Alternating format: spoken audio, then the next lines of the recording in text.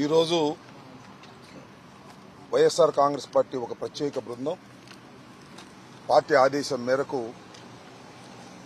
DGP గారిని కలిసి వారిని కొన్ని విషయాలను ఒక రిప్రజెంటేషన్ను వారికి ఇవ్వటం జరిగింది. ప్రధానంగా పోలింగ్ రోజు నుంచి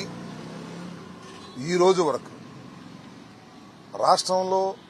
గత 4-5 ఎన్నికల్లో ఏ ఎన్నికల్లోనూ జరగనటువంటి హింసాత్మకమైన సంఘటనలు, బూత్ క్యాప్చరింగ్లు, ఈవీఎంల మీద దాడులు ఇంత పెద్ద ఎత్తున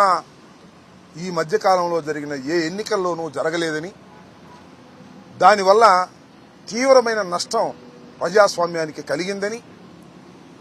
ముఖ్యంగా ఇది జరగడానికి గల కారణం ఏమిటంటే